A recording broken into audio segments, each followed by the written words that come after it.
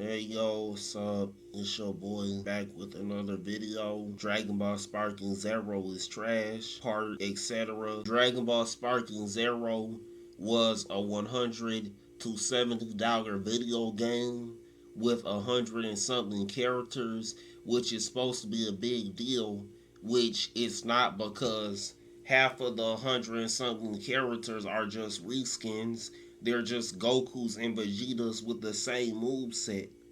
Meanwhile, Dragon Ball Fighters is a game that does not have a million reskins.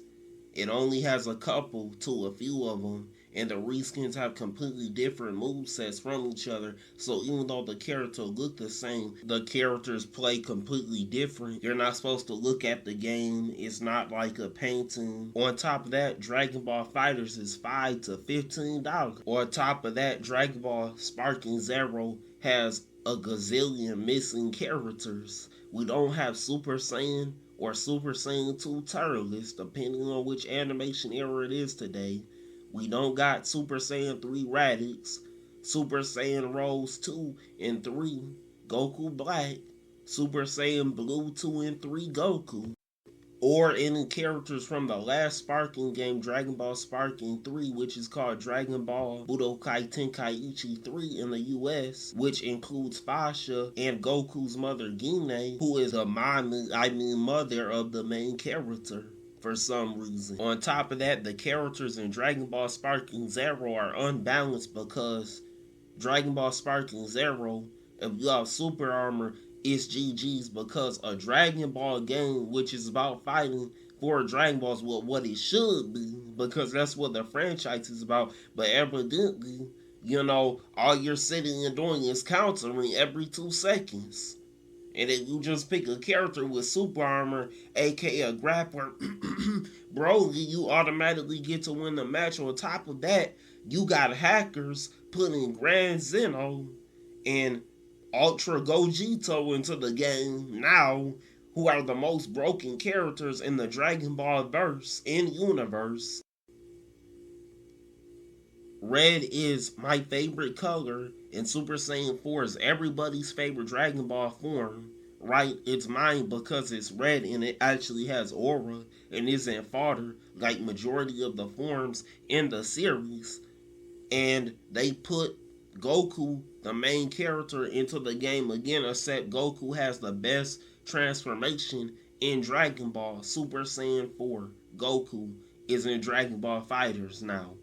They're gonna release the DLC in spring 2026 because Sparking Zero was so trash. They had to bring back a dead game, Dragon Ball Fighters, which died because Shueisha and Bandai keep milking Dragon Ball and Naruto, which makes them money because you got Dragon Ball tards and Naruto tards who are gonna buy every other game, despite the fact we keep getting a new game for Dragon Ball around every year that's just the same thing as the game before, with features taken out and new features in. Like this is 2K, which means the only Dragon Ball game that did not release a year after another Dragon Ball game. Yes, there were Dragon Ball mobile games coming out and getting new content released, such as DLC, which makes them basically a new game, right?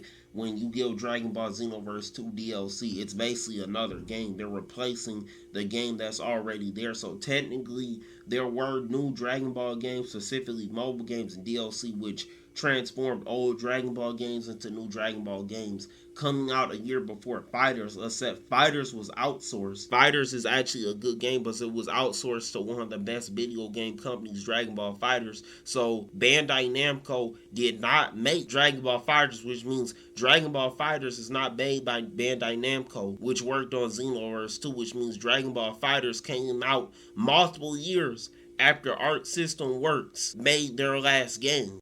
Except the catch is with Shueisha and Bandai Namco, aka Bandai, which is what I'm gonna call it for short for now on, like everybody else for a video, is when you're a company like Bandai and Shueisha that releases more quantity than quality, they have to outsource to people like Arc System Works, which means they have to share the money since Arc System Works did most of the work besides The character designs, which were done by Toriyama and Toyotaro and Nakatsuru, which have to be redrawn by the 2D and 3D character model artists at Arc System Works, which means the money has to be split between Bandai and Shueisha and Arc System Works, which usually does not happen, which is why Dragon Ball FighterZ was killed off by Bandai and Shueisha until they had to revive it from the dead, like the Revenant is.